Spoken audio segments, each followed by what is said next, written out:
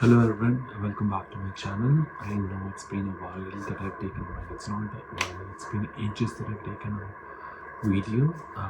My intent was to post consistently on this channel. However, things have changed, my priorities have changed. I couldn't focus on this aspect as much, but I was able to gain some motivation and thought, okay, let me come out because some of the things that I've been witnessing and some of the things that I've experienced of late since my very first video um, motivated me to come back and post or do more of these videos and post it on YouTube, right? So when especially it's going to pinch those people who are qualified, get to see some non-qualified ones to be acting as influencers, and that's going to be our topic for today.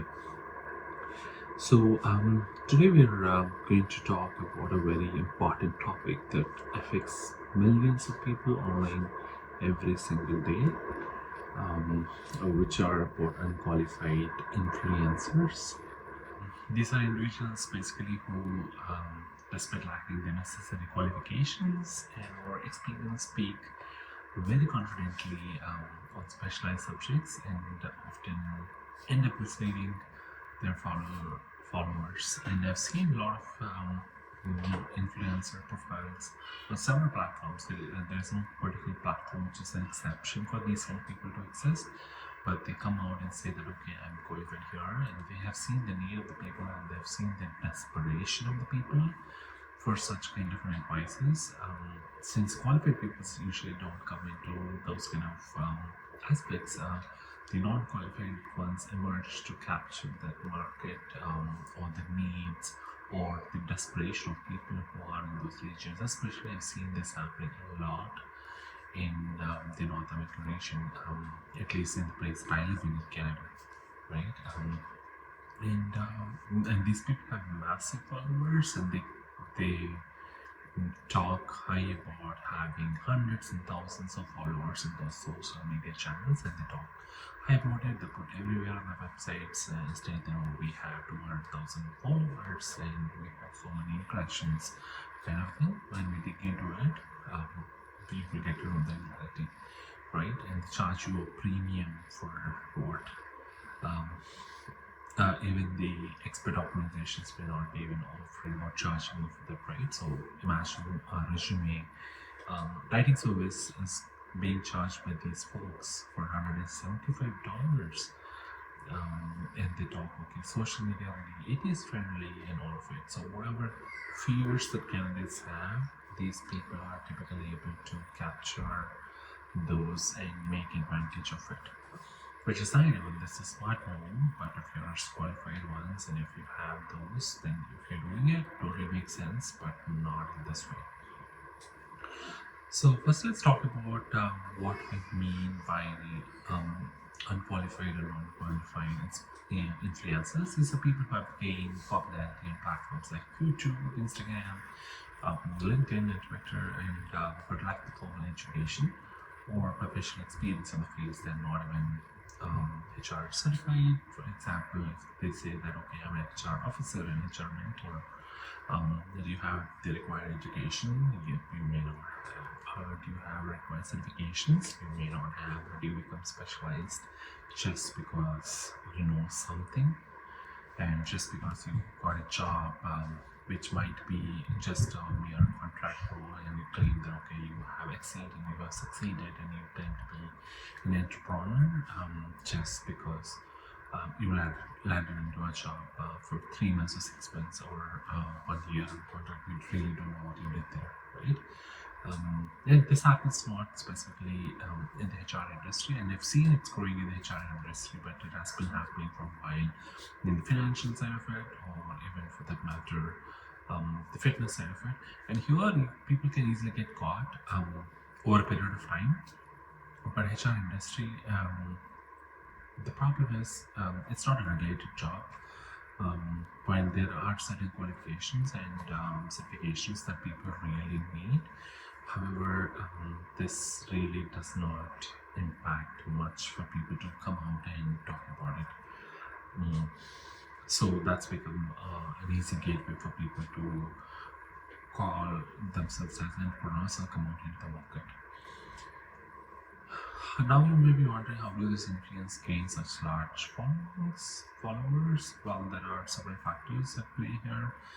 Firstly, social media algorithms may be favoring them a lot, right? So that generates engagement, likes, shares, and comments kind of thing. So they probably one of the videos might have got viral, and they might have thought, oh, okay, come on, let's take furthermore into this and build our empire and take people's money, right? So they've also been success stories as well. So surprisingly, when I dig into it, all that they talk about is a very high level, very basic jobs kind of thing. And if you ask me that, okay, here, this person helped me to get a CSM job, when I look at the people's communication skills, which is the primary aspect, right? So whether you're in India or Canada or US or any country for that matter, communication skills are important, and that's one of the key aspects that we certainly looked at as a primary filter when you have thousands and hundreds and thousands of people. So whether you got to filter out the best of the best, and the communication is one of the great areas for sure. When I was back in India, or even Canada for that matter, it does matter a lot, and creating eye-catching and sensational content often gets them more visibility regardless of the accuracy or quality of the information, right? So YouTube or Instagram, they don't really get the information or the content of the person unless they have certain red flags or copyright issues. YouTube is not filtering the content, or unless someone tags them the authenticity of the video or copyrights related, but otherwise YouTube is not going to stop the fake news, or they're not going to validate, or are you a qualified person to do this kind of job kind of thing, right? And secondly, many of these influencers have charismatic personalities and great presentation skills. Of course, I would have to acknowledge the fact the ones that I've seen comes with pretty good communication skills. They look really good, handsome. It could also be one of the factors for them to attract people. Of course, when you have a good-looking person, it's a not so good-looking person, obviously you would lean on to the good-looking person. That's human tendency, right? So it may be ailing up into a discrimination. But both of them, I think, are probably another not social looking good ones probably may be the ones who with great qualifications who do not really want to become an influencer at one point somehow. There's a bandwagon effect. When an influencer starts gaining followers, who creates a perception that they are trustworthy or knowledgeable because simply so many others are following. Okay, so this person knows something and they might have helped hundreds and thousands of them. Why not I be another one who get their services and see how they're going to help me to succeed in my job hunt and all of that, right? But here the main problem, when influencers give advice on specialized subjects without proper knowledge, it can lead to serious consequences, right? So HR industry, what harm is you want to do it? So I'm against those people who come here to know money. Even I offered some of my services for free, absolutely free, and that I've been doing for a lot of newcomers in Canada, and I take pride in doing that. And that's kind of I can make a business out of it, and I have the qualifications, the degrees, the masters, whatever you call it as.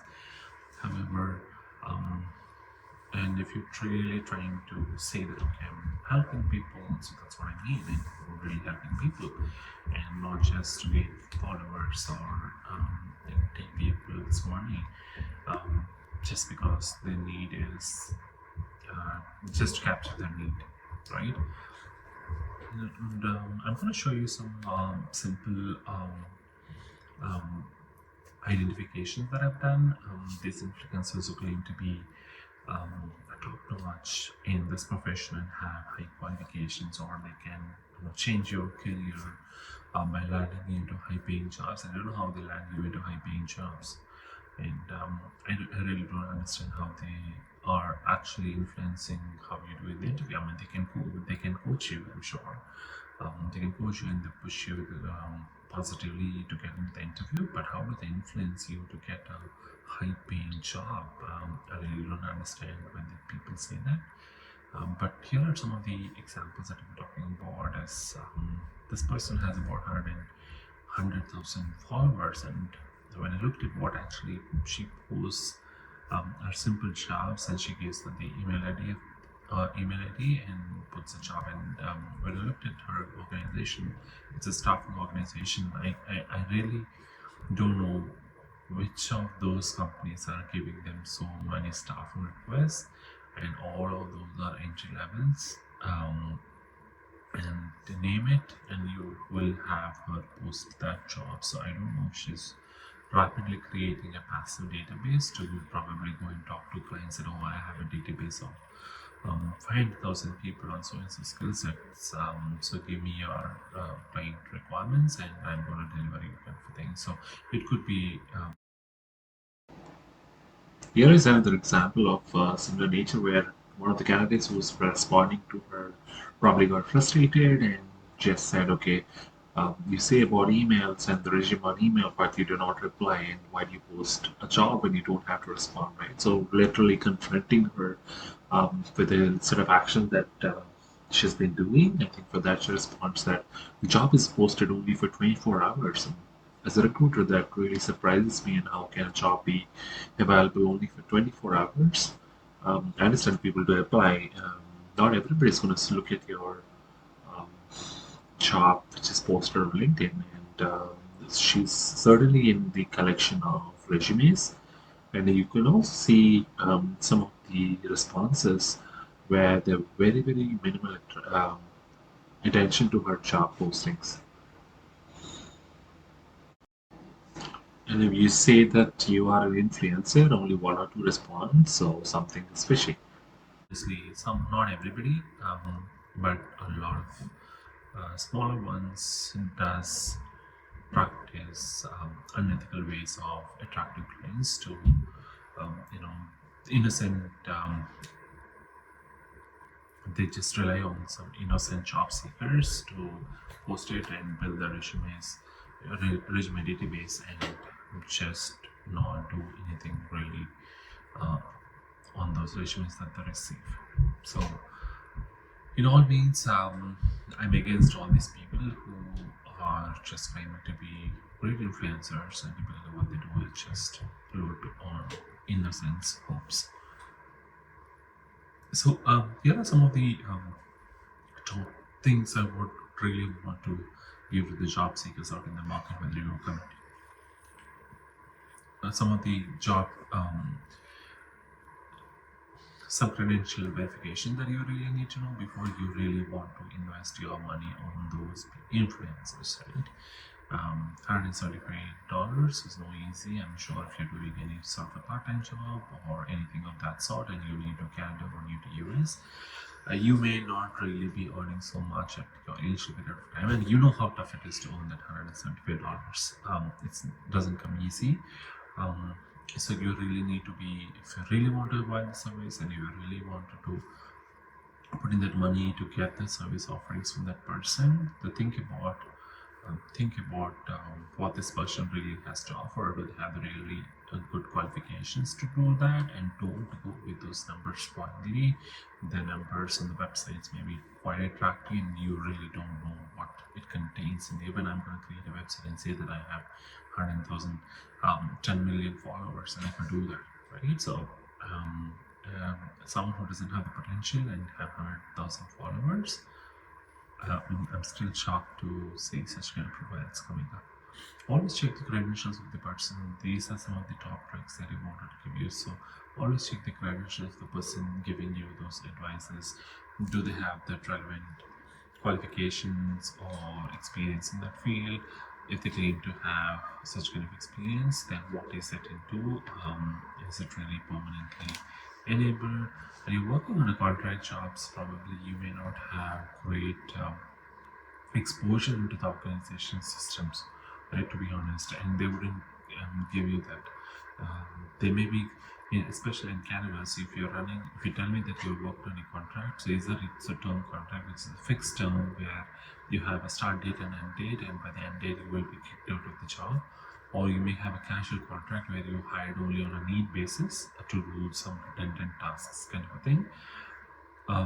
So you will be hired on a start particular date and you will be sent off on a particular date. So these kind of people become influencers. It's a big surprise to me, and they keep popping into my Instagrams and all of that, and even bothers me a lot when I see such kind of advices, and I immediately get into the comments and see what they really are advising people, and how they are actually luring innocent people's money and time, of course. And the secondly, look for information from multiple reputable sources, right? So there are some reputable firms that you could probably go and really want to avail the resume writing services. Look for those qualified ones. They might have been established organizations that don't charge you a bomb. Look for some of the recruiters.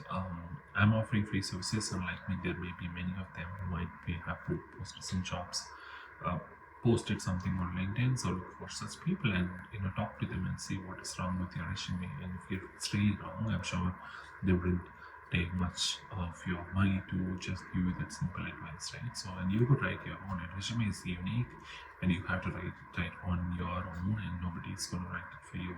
And there may be some mistakes here and there, can obviously get corrected. And I'm a recruiter, and there may be another recruiter from a different organization. That person may be having a different aspect on the resume, and I may have a different aspect on the resume. There's no one standard set of resume that any recruiter would want to see, right? So imagine 100 people apply for a job, and if all 100 resumes looks the same, does the recruiter really like it? No, I mean, every person is unique, right? So you bring your unique strengths into the organization, and that's what we look at. That's what the recruiters look at. That's what organizations would want to look at. So keep it in mind and always try to keep it as simple as possible and to the point, and take the expert advice. And there are still people out in the market who are fresh graduates who really don't know how to write the resumes because they're not focusing or paying attention to it. I understand that's where these influencers are going and capturing their attention to get the services. If something, the third one, importantly, if something sounds too good to be true, it probably is. So be wary of such sensational claims and quick fixes. And they say that, oh, you're going to land a job in 6 months. How did you land a job in 6 months when you couldn't land within so it's a period of time, right? So it's pure luck. It's your luck, basically. I mean, if you're really putting that effort, it's your pure luck, and no, but I'm not going to claim my success out of your efforts, right? So, I would be doing very minimal as compared to what you might have done by walking up into those interview meetings, right? So lastly, all that I would say is seek out and follow those professionals who are experts in those fields, who have those qualifications, who have been investing their time and energy in that particular domain, right? If it's for health and fitness, and there may be a lot of people who have been spending research and coaching the clients, so they are the ones who are expert. Even I did fitness for a period of time, so I cannot claim that I know everything about fitness. I would be a disqualified one, right? And similarly, if someone is entering into my domain, I would really look at people. Okay, what have you done, and how are you claiming that you have been helping people, or what kind of qualifications you have? Just by landing into a job doesn't make you qualified. I mean, you may have the experience by working in some organization doesn't mean that you become an entrepreneur all of a sudden and start helping people and charging hefty money from everybody because they are willing to pay and their need is true, right? And just to wrap up, while social media has given rise to many knowledgeable and credible influencers, it's also created a platform for non-qualified individuals to spread misinformation. And it's crucial to be discerning about where we get our information. Always prioritize expertise and reliability. And And lastly, would like to thank you for watching my channel. In case if you have any sort of comments, any feedback, and if you're really looking for free coaching advice, and I'm going to put my Google meeting invite in the description. You can book some time, and I'm going to do it absolutely for free uh, as part of this video. So that's the best I could do for you. And yeah, thank you so much once again.